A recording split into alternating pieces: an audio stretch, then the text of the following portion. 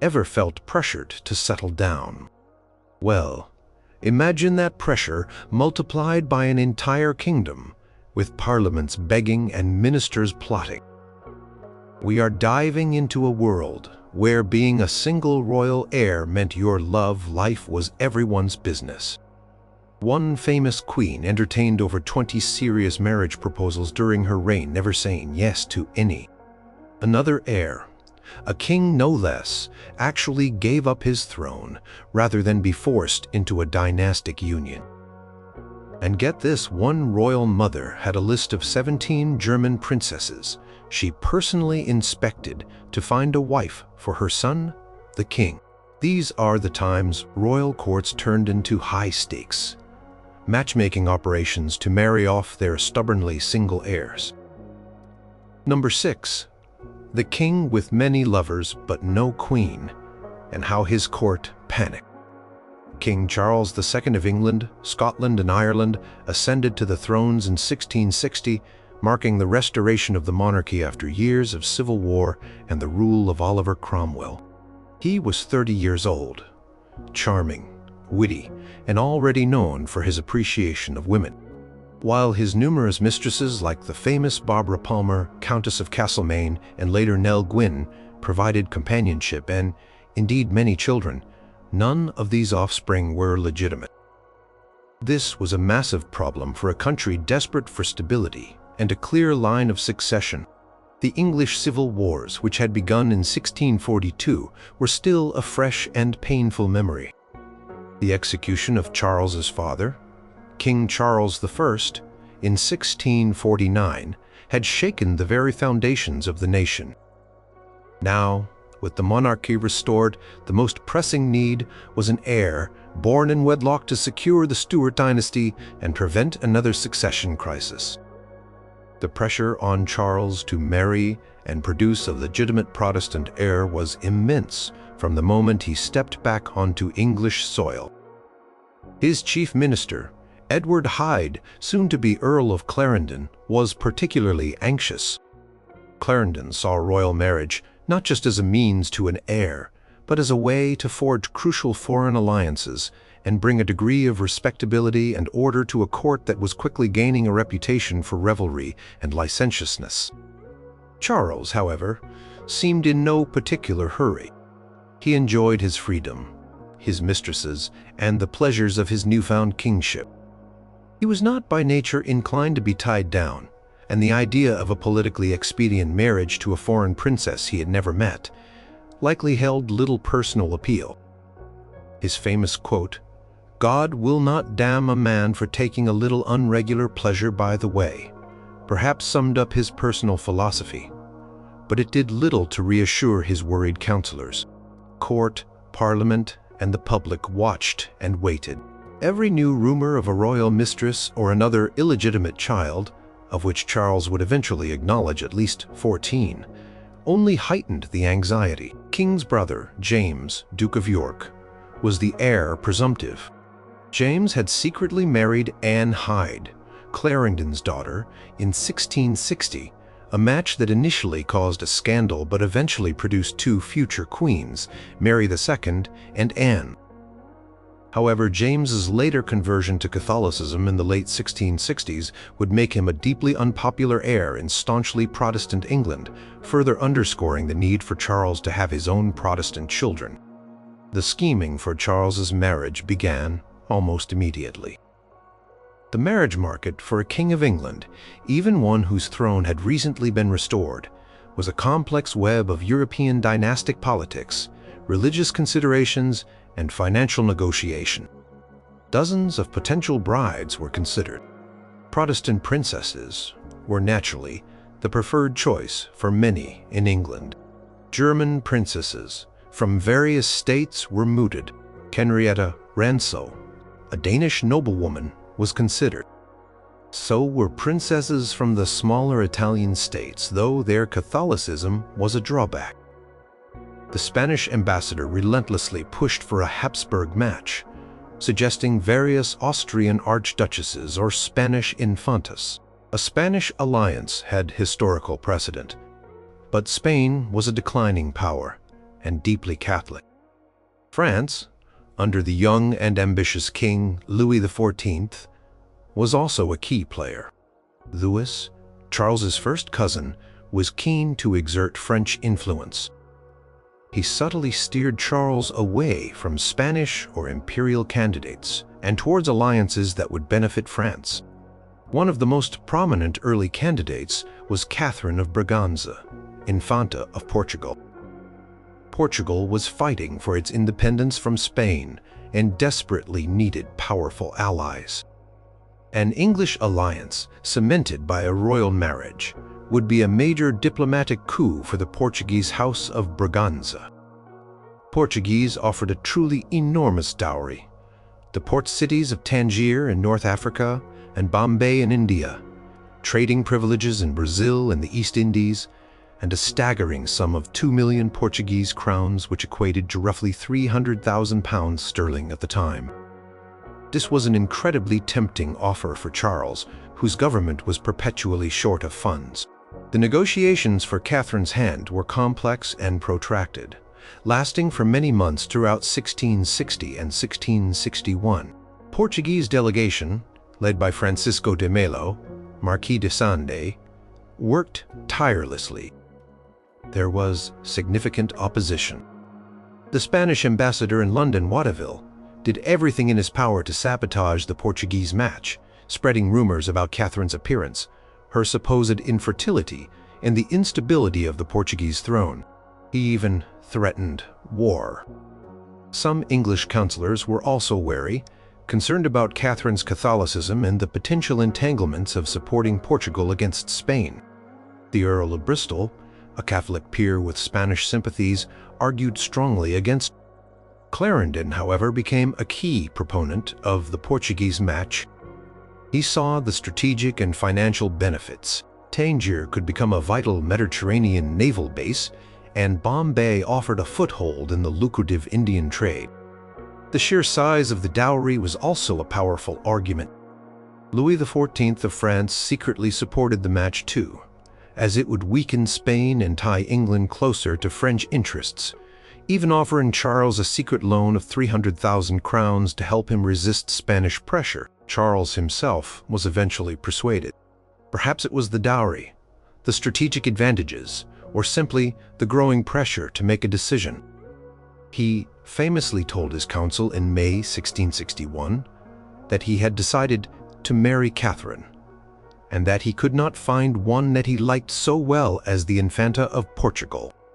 The marriage treaty was signed on June 23, 1661. Catherine of Braganza arrived in Portsmouth, England, on May 13, 1662. She was 23 years old. Charles traveled from London to meet her. Their first encounter was reportedly a little awkward. Catherine spoke little English, and Charles little Portuguese. She had been raised in a sheltered convent environment in Lisbon and was deeply devout. The English court, with its casual manners and scandalous affairs, must have been a shock. 2 marriage ceremonies took place in Portsmouth on May 21, 1662. A secret Catholic one, honoring Catherine's faith, and a public Anglican one. Despite the grand wedding and the initial hopes, the marriage was not an easy one. Catherine did not conceive the much-desired heir. She suffered at least 3 miscarriages in 1662, 1668, and 1669, which were national disappointments. Charles, while treating her with public respect and kindness, continued his relationships with his mistresses, most notably Barbara Palmer, whom he made a lady of Catherine's bedchamber, a humiliating situation for the Queen. Catherine initially resisted disappointment, leading to a significant conflict with Charles in the early days of their marriage. Charles insisted, and Catherine, isolated and in a foreign land, eventually had to yield. The court scheming did not entirely stop with the marriage. As years passed without a legitimate child, factions at court would occasionally whisper about the possibility of a divorce, particularly during the Popish plot crisis in the late 1670s, when anti-Catholic hysteria swept England. Some suggested Charles could divorce Catherine on grounds of infertility and marry a Protestant princess who could provide an heir. However, Charles, to his credit, stood by Catherine during these accusations and refused to consider a divorce, stating he would not do such a wicked thing. So, the great scheming to find Charles a queen did result in a marriage and a very significant dowry that reshaped parts of England's growing empire. Bombay became a cornerstone of British India, and Tangier, though eventually abandoned in 1684 due to cost and military pressure, provided valuable experience in overseas garrisons. However, the primary goal, a legitimate Protestant heir from Charles's body, was never achieved. The succession, therefore, eventually passed to his Catholic brother James, leading to the Glorious Revolution of 1688, just 3 years after Charles's death in 1685. Panic of the court over the succession was ultimately realized, though not in the way they might have predicted during the hopeful scheme-filled early years of the Restoration. Number 5. The princess who dared to say no to royal duty. Infanta Eulalia of Spain, born Maria Eulalia Francisca de Assis Margarita Roberta Isabel Francisca de Paula Cristina Maria de la Piedad on February 12, 1864, was not an heir to the throne in the direct line, but as the youngest daughter of Queen Isabella II of Spain, her marriage was still a matter of state concern and dynastic strain. She grew up in a period of immense political turmoil for Spain, including the overthrow of her mother in the Glorious Revolution of 1868, exile in Paris, and the eventual restoration of the Bourbon monarchy in 1874 with her brother, Alfonso XII, as king. This turbulent upbringing, combined with a naturally independent and intelligent spirit, shaped Eulalia into a princess who was far from a passive pawn in the royal marriage game. Eulalia was known for her sharp mind, her progressive views for the time, and a certain disdain for the stiff formalities and restrictive expectations placed upon royal women.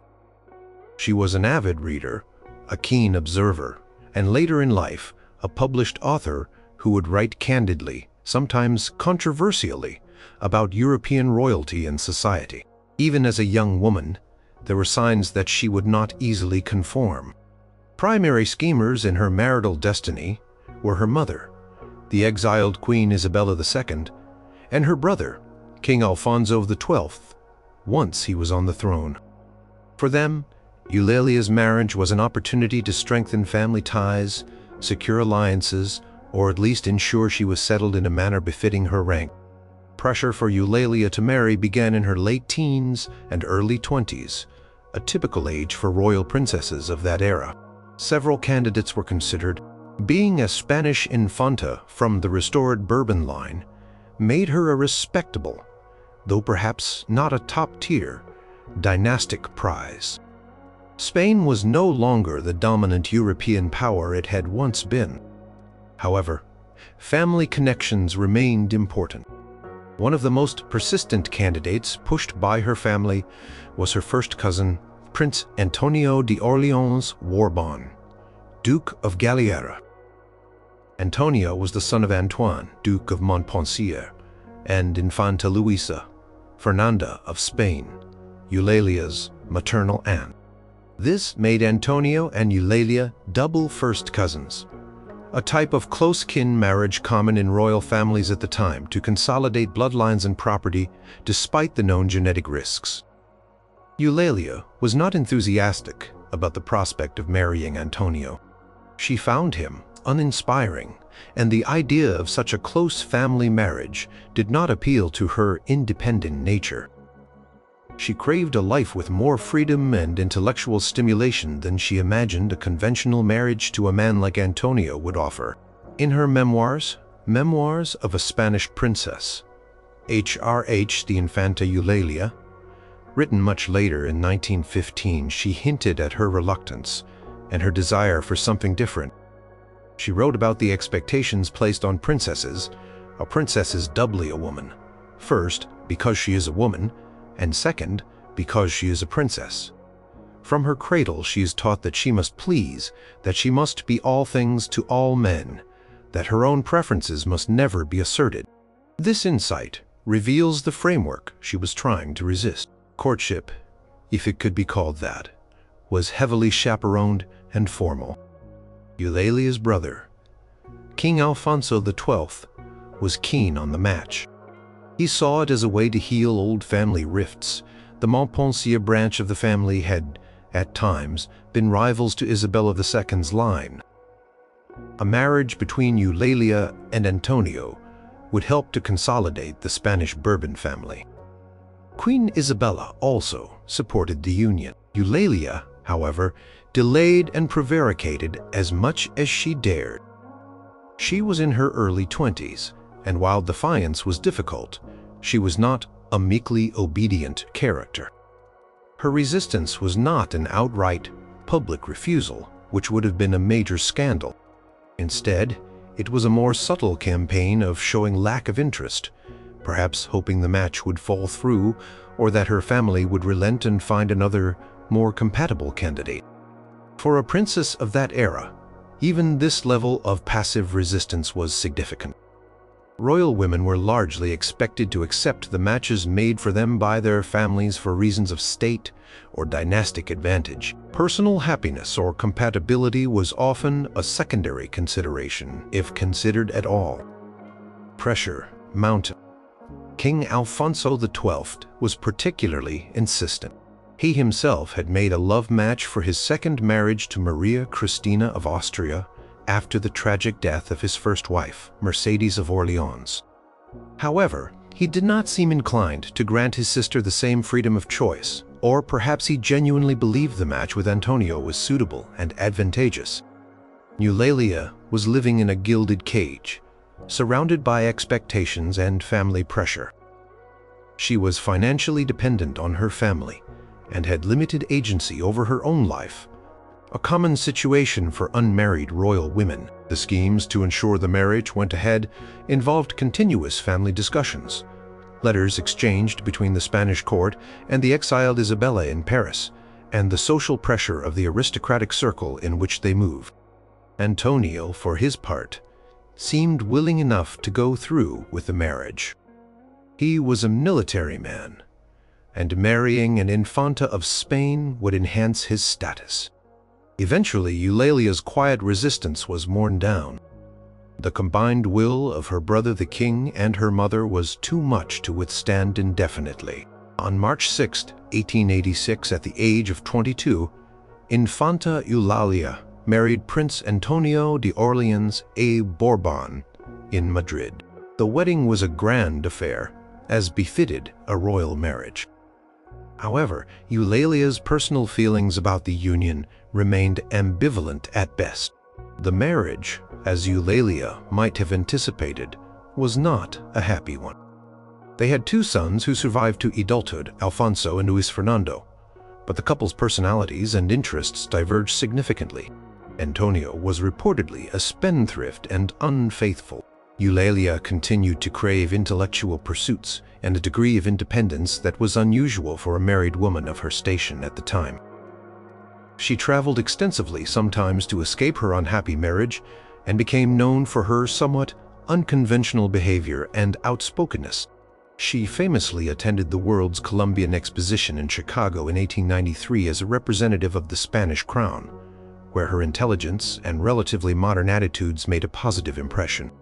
Years later, after more than a decade of unhappy marriage, Eulalia and Antonio separated in 1900.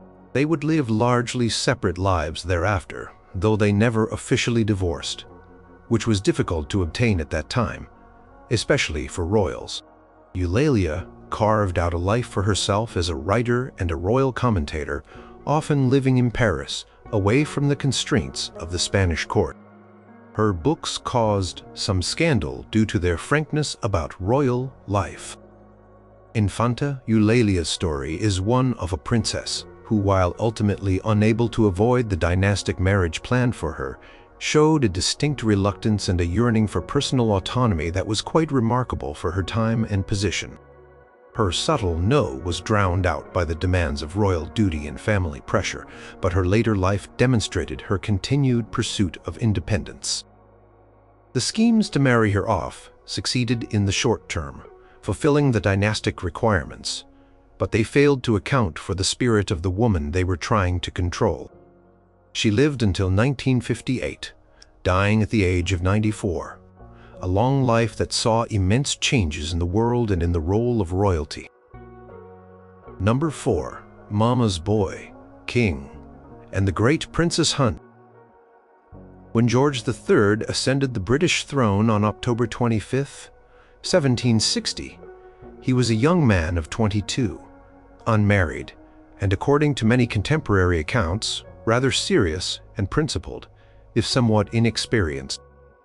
Unlike his two predecessors, George I and George II, who were German-born and often seemed more concerned with their continental electorate of Hanover, George III was born in England, spoke Englishly declared in his accession speech.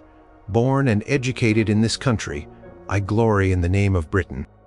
This immediately endeared him to many. However, one pressing matter remained. The new king needed a queen and an heir. Person most invested in finding George a suitable wife, and perhaps the chief schemer in this royal matchmaking endeavor, was his mother, Augusta of Saxe-Gotha, the Dowager Princess of Wales. Augusta had been widowed in 1751 when her husband, Frederick, Prince of Wales, died.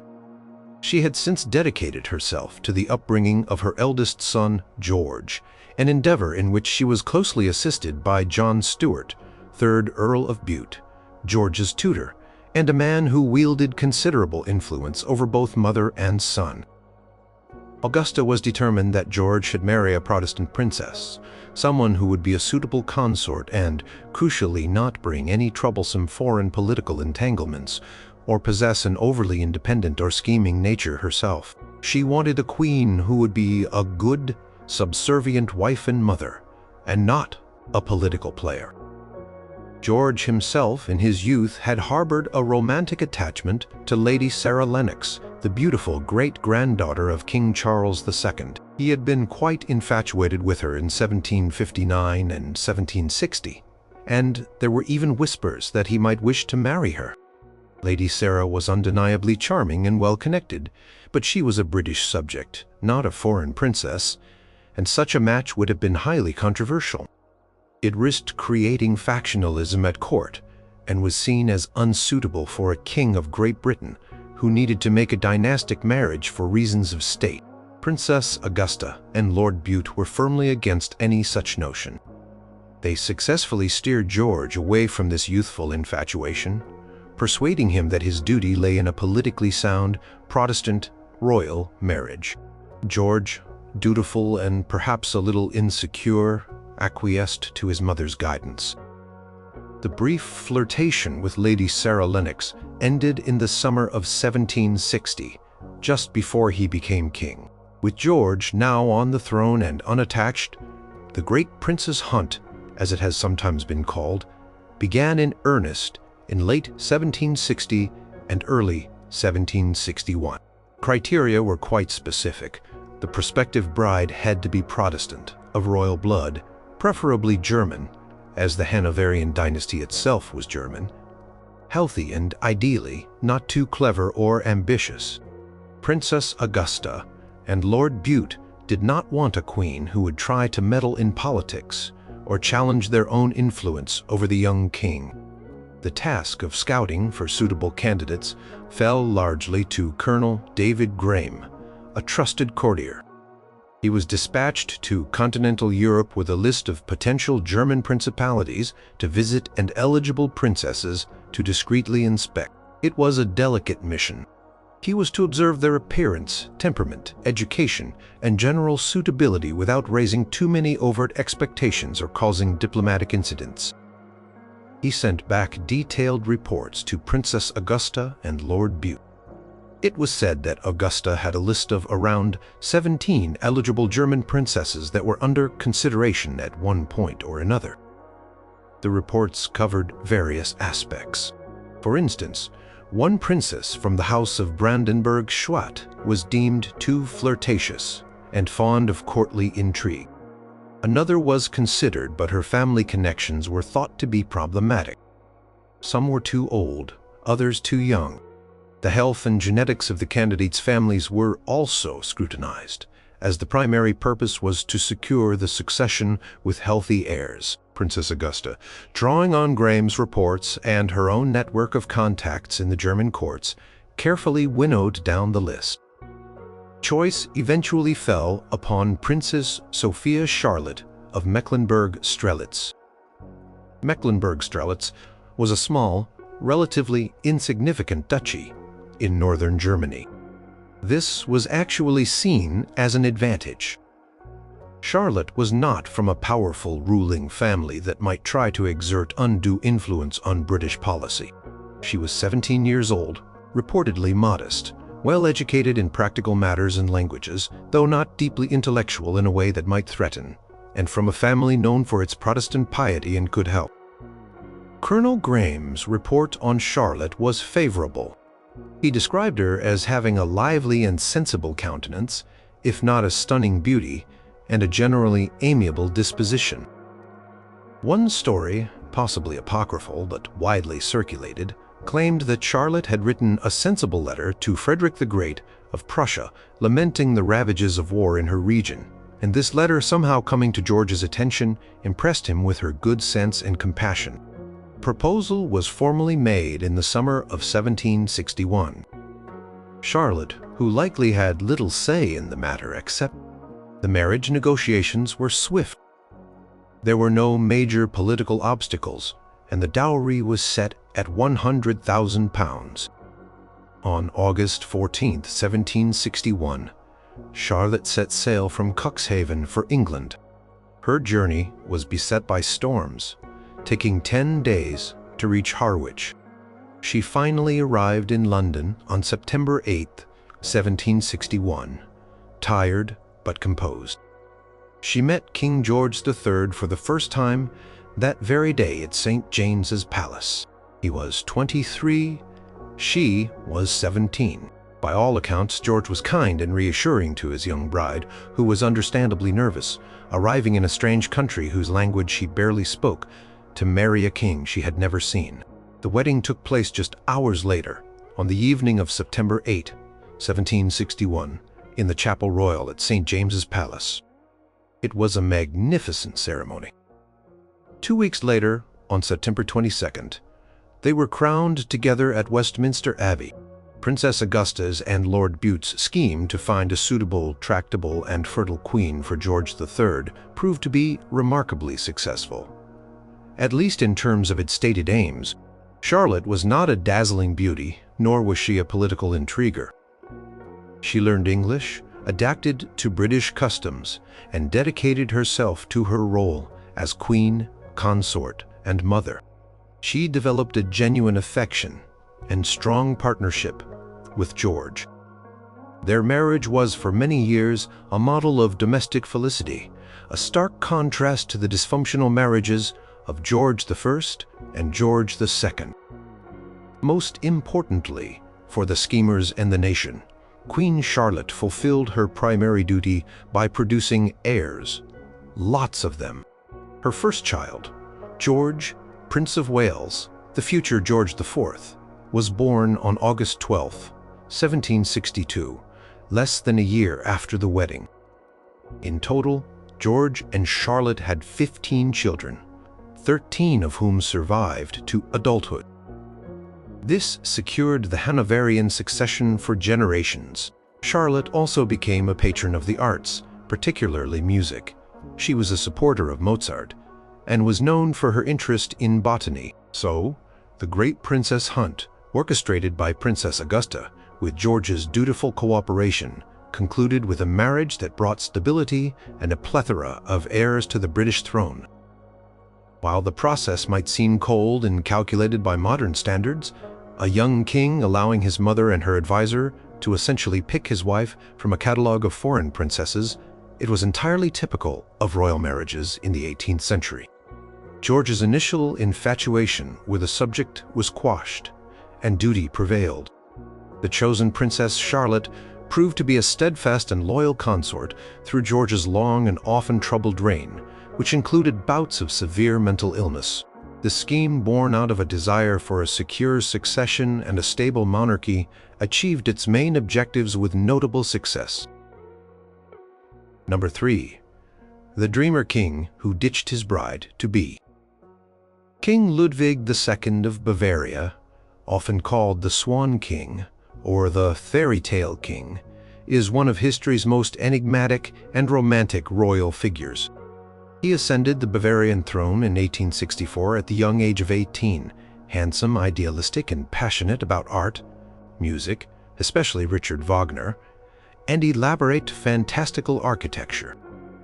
What he was not passionate about was politics, state, administration, or it seemed, marriage. This last point became a growing concern for his ministers, his family, and the Bavarian people, who hoped a queen and heirs would ground their poetic young monarch and secure the future of the Wittelsbach dynasty. Ludwig's aversion to marriage was not immediately apparent, but he showed little interest in the conventional pursuits of a young ruler expected to find a bride. He preferred solitude, the company of a few chosen male confidants, and immersing himself in his artistic projects, like the magnificent castles of Neuschwanstein, Linderhof, and Herrenchiemsee, which would eventually drain his personal finances. However, the pressure to marry was a constant undercurrent. His grandfather, King Ludwig I, had abdicated in 1848, partly due to a scandal involving a mistress, and the stability of the monarchy was paramount, especially as Bavaria navigated its place within a rapidly unifying Germany dominated by Prussia. Primary schemers in Ludwig's marriage saga were his family and the Bavarian government. They saw marriage as a dynastic necessity and hoped it might cure Ludwig of his reclusive tendencies and perceived eccentricities. For a time, it seemed their hopes might be realized. In early 1867, at the age of 21, Ludwig became engaged to Duchess Sophie Charlotte in Bavaria. Sophie was his cousin, the youngest daughter of Duke Maximilian Joseph in Bavaria and Princess Ludovica of Bavaria. This made her the younger sister of Empress Elizabeth Sisi of Austria, who was married to Emperor Franz Joseph I. Sophie was pretty artistic and shared Ludwig's love for Wagner's music. On paper, it seemed like a suitable, even romantic match. They had known each other since childhood. The engagement was announced on January 22, 1867, to great public rejoicing in Bavaria. Portraits of the handsome king and his lovely bride-to-be were widely circulated. Sophie seemed genuinely fond of Ludwig, writing to him in affectionate terms. Ludwig, too, initially appeared enthusiastic, referring to Sophie as Elsa after the heroine of Wagner's opera Lohengrin, a character he deeply identified with. He saw himself as Lohengrin, the Swan Knight. He showered her with gifts and letters. The wedding was initially planned for August 1867. However, as the wedding date approached, Ludwig began to show signs of his characteristic reluctance and avoidance. He started postponing the wedding. First, it was moved from August to October 12, 1867. Ludwig cited reasons such as the need for renovations at the royal residence or the desire for more elaborate preparations. Sophie and her family, particularly her father, Duke Max, became increasingly concerned and frustrated by the delays. Ludwig's behavior was erratic. He would send passionate letters one day and then become distant and uncommunicative the next. He seemed to be struggling internally with the commitment. Contemporary accounts and Ludwig's own diaries and letters suggest he had a deep-seated fear of intimacy and perhaps a dawning realization of his own homosexual inclinations, which would have made marriage to a woman a profoundly difficult prospect for him in that era. He idealized Sophie from afar as a muse or a spiritual companion, but seemed terrified of the physical and practical realities of married life. He wrote in his diary about his sacred vow to remain true to his own nature and his fear that marriage would destroy his inner world. The court and Sophie's family tried to keep the engagement on track.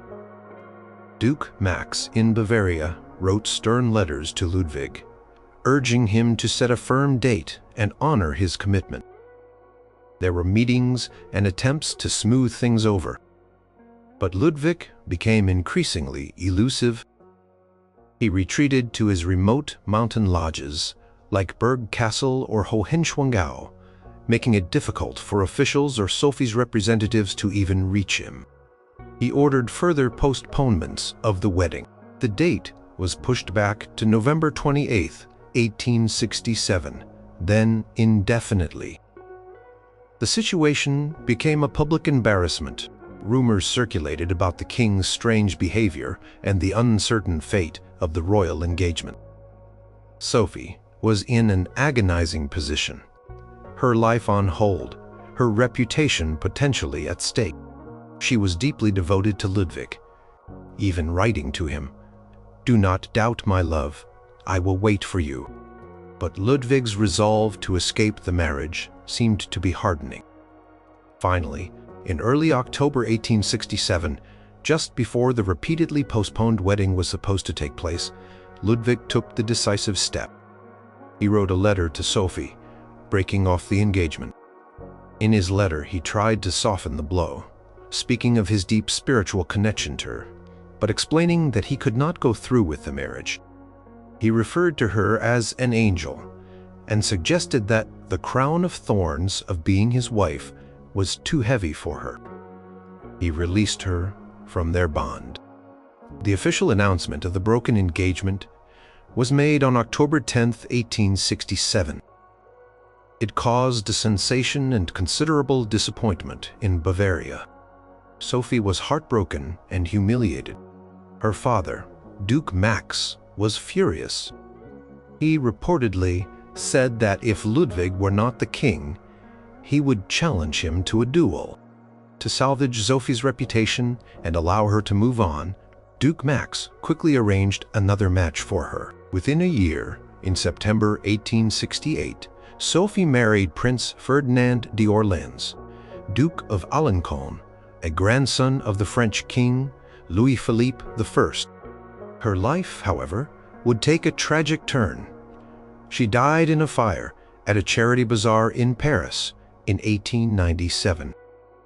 Ludwig II never again came so close to marriage. After the broken engagement with Sophie, he seemed to retreat even further into his world of dreams, art, and solitary castle building. He remained single for the rest of his life, fueling speculation about his personal life and his fitness to rule.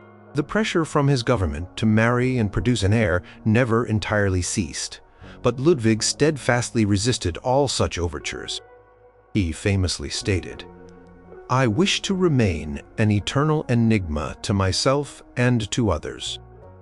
His reign became increasingly troubled as his debts mounted and his behavior grew more eccentric and reclusive.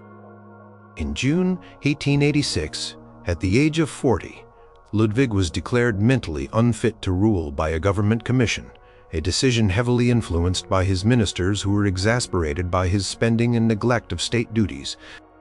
He was deposed and taken to Berg Castle. Just a few days later, on June 13, 1886, he and his physician, Dr. Bernhard von Gaden, were found dead in the shallow waters of Lake Starnberg near the castle. The circumstances of their deaths remain a mystery to this day, with theories ranging from suicide to murder. Ludwig's dramatic rejection of his bride-to-be was a key moment in his tragic story. The intense scheming by his family and court to see him married had pushed him to the brink of a conventional royal life, but his own deeply unconventional nature ultimately prevailed, with profound consequences for himself and for Bavaria. He chose his dreams over dynastic duty, leaving behind a legacy of breathtaking castles and an enduring legend, but no heir to continue his direct line. The Bavarian throne passed to his younger brother Otto, who was himself mentally ill and unable to rule effectively, leading to a long regency. Number 2. The queen who gave up a crown for freedom from marriage. Queen Christina of Sweden was one of the most learned women of the 17th century, a patron of arts and sciences, and a ruler who baffled and fascinated her contemporaries. Born on December 8, 1626, she became Queen of Sweden at the tender age of 6 upon the death of her father, the great warrior king Gustavus Adolphus, who was killed at the Battle of Lutzen in 1632 during the 30 Years' War. A regency council, headed by Chancellor Axel Oxenstierna, governed Sweden until Christina came of age at 18 in 1644. From the moment she ascended the throne in her own right, the pressure for her to marry and provide an heir to the Vasa dynasty was immense.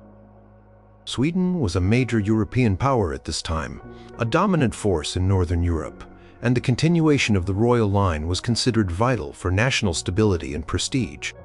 Christina was intelligent, strong-willed, and highly educated. She studied languages, philosophy, mathematics, and theology, often for 10 to 12 hours a day. She was also unconventional in her habits. She dressed plainly, often in masculine attire, swore freely, and showed little interest in the traditional pursuits of women of her era, such as needlework or courtly entertainments.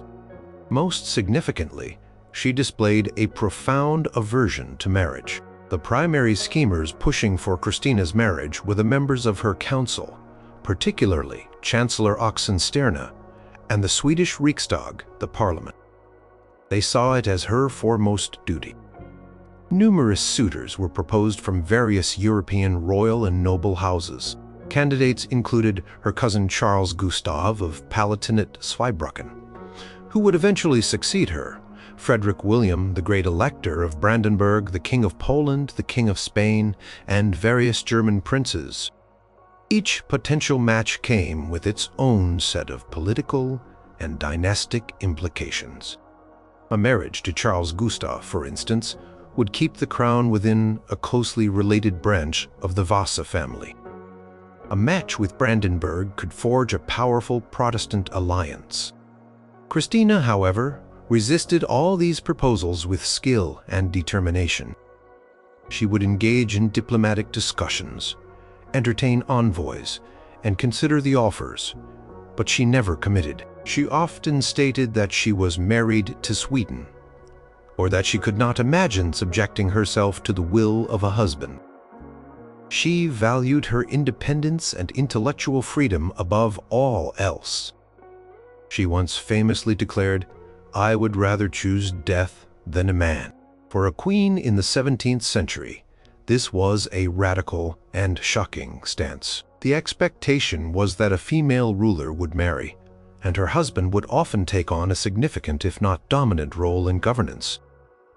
Christina had no intention of sharing her power or her autonomy.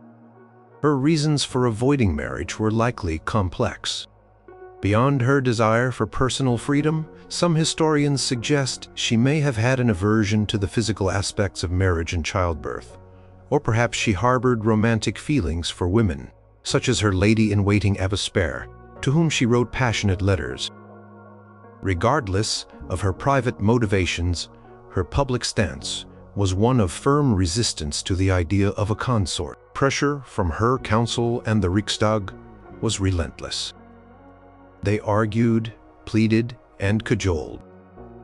The succession was the key issue.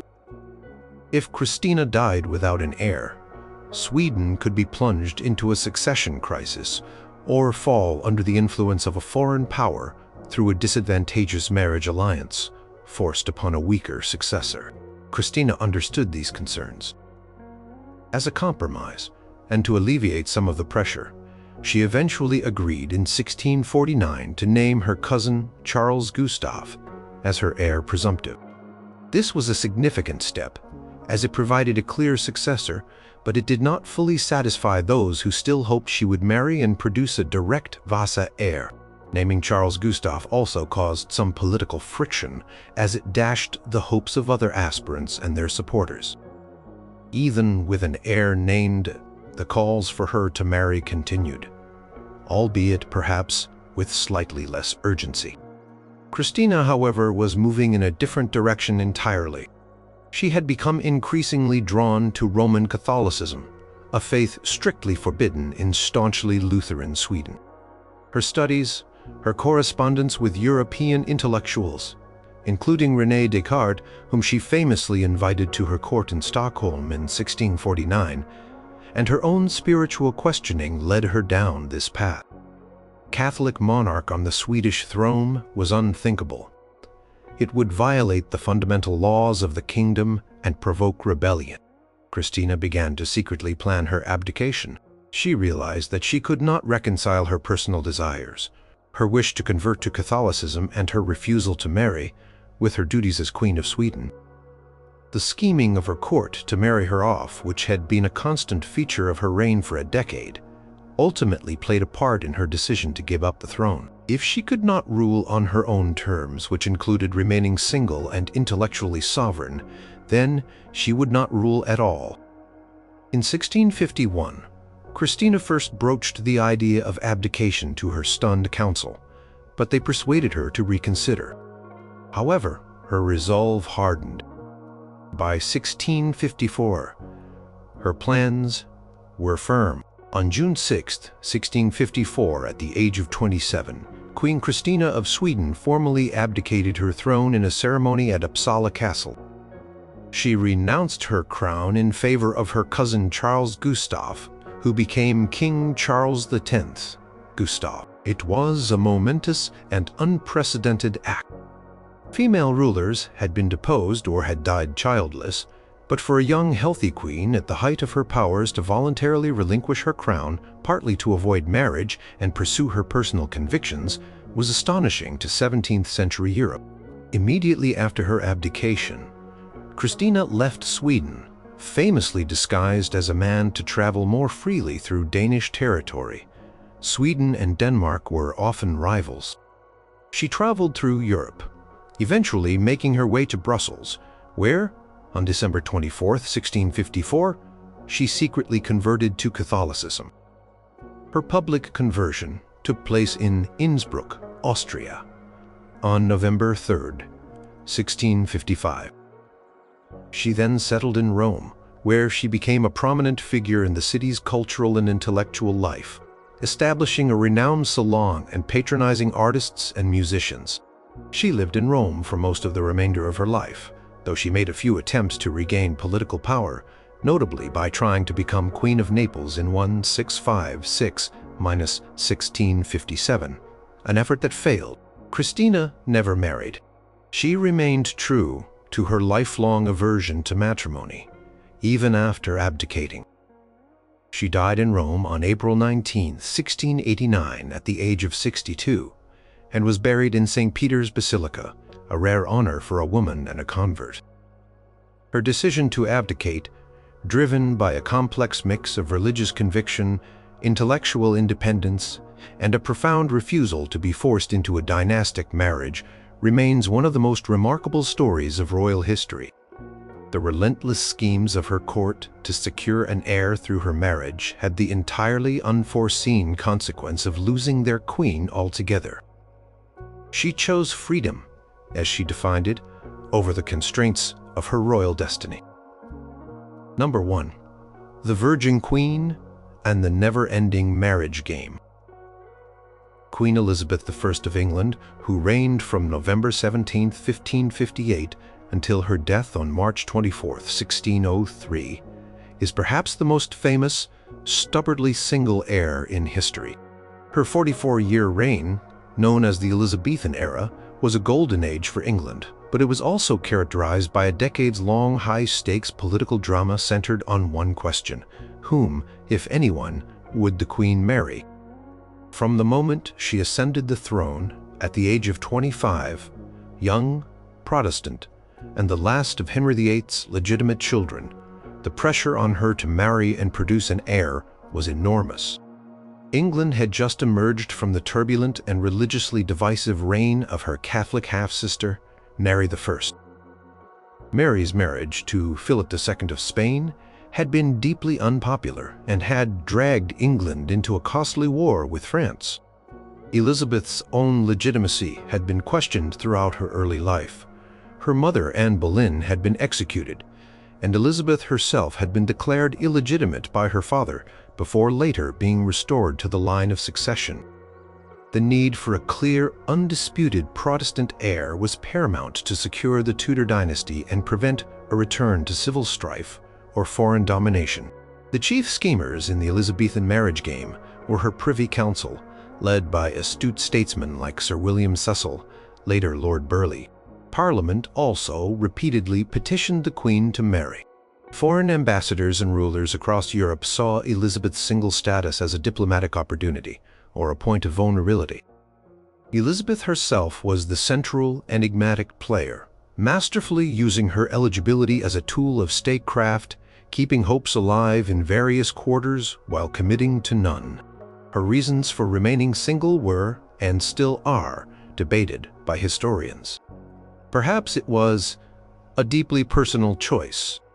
She had witnessed the disastrous marital experiences of other women in her family.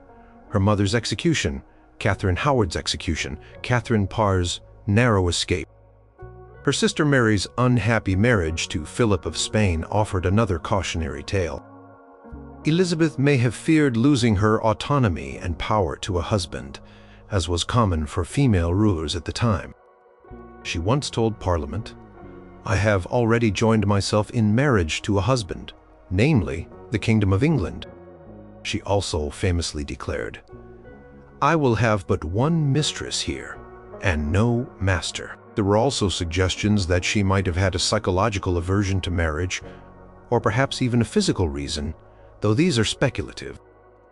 The list of Elizabeth's suitors was long and distinguished. A veritable who's who of European royalty and nobility. The marriage negotiations often lasted for years, filled with intricate diplomacy, lavish entertainments for visiting envoys, and intense debate within Elizabeth's court. One of the earliest and most persistent suitors was King Philip II of Spain, her former brother-in-law.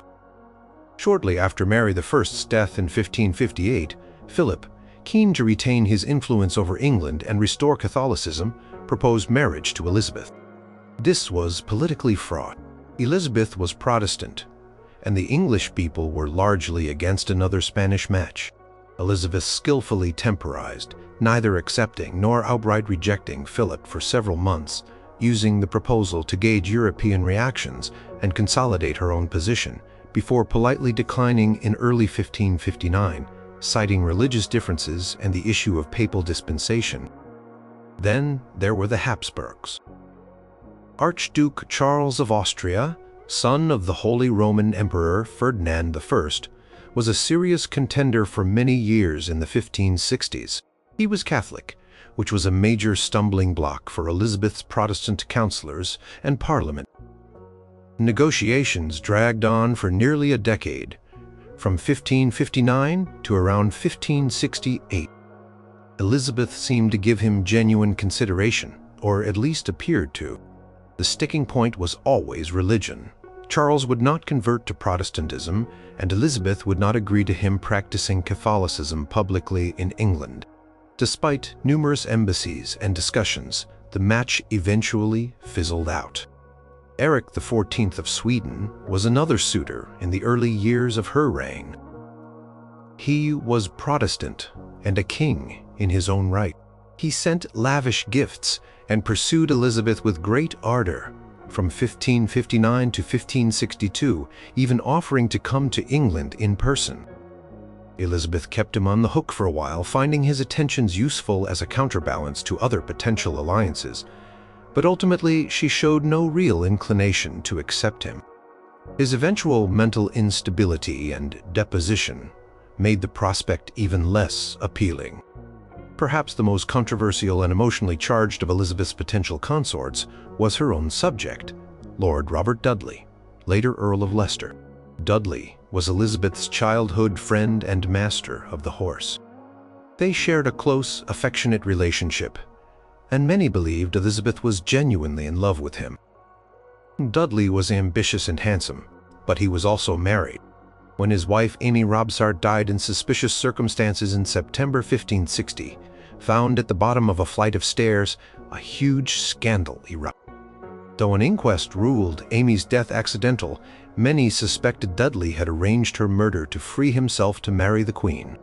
The scandal made a marriage between Elizabeth and Dudley politically impossible, even if she had desired. Dudley affair deeply damaged his prospects and perhaps soured Elizabeth on the idea of marrying for love, if that had ever been her intention. Dudley remained a close favorite and a suitor, on and off, for many years, but the Queen never agreed to marry him. He eventually remarried in secret in 1578 to Elizabeth's great fury. In the 1570s and early 1580s, when Elizabeth was in her 40s and the succession crisis was becoming even more acute, the focus shifted to French suitors from the Valois dynasty.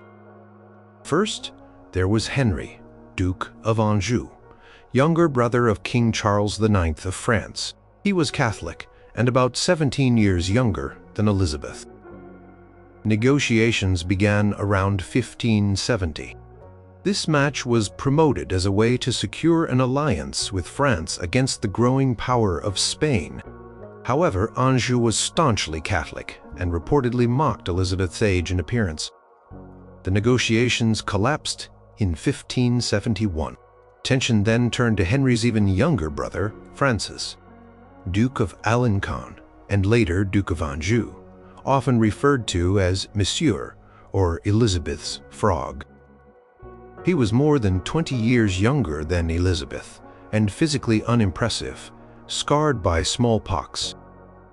Yet, this was perhaps the most serious courtship of Elizabeth's entire reign. Negotiations lasted from around 1572, intermittently, and then very intensely from 1578 to 1581. Elizabeth seemed to develop a genuine affection for Alençon, or at least skillfully portrayed it. She famously called him her frog. Prospect of this marriage deeply divided the English court and public. Many were horrified by the idea of a French Catholic king consort and feared French domination. There was intense public outcry, including pamphlets written against the match, such as John Stubbs's "The Discovery of a Gaping Gulf Whereinto England is like to be swallowed by another French marriage," for which Stubbs had his right hand cut off. Despite the opposition, Elizabeth appeared to be seriously considering it. Alençon visited England twice, in 1579 and 1581, and was lavishly entertained. Elizabeth even publicly kissed him and gave him a ring. For a time, it seemed the marriage might actually happen. However, the political obstacles, particularly the religious issue and strong anti-French sentiment, proved too great. Privy Council was deeply divided. In late 1581, after much agonizing and political maneuvering, Elizabeth, citing the overwhelming opposition of her people, effectively ended the negotiations. Alençon left England for the last time in February 1582. He died 2 years later, in 1584. This was Elizabeth's last significant marriage negotiation. She was nearly 50.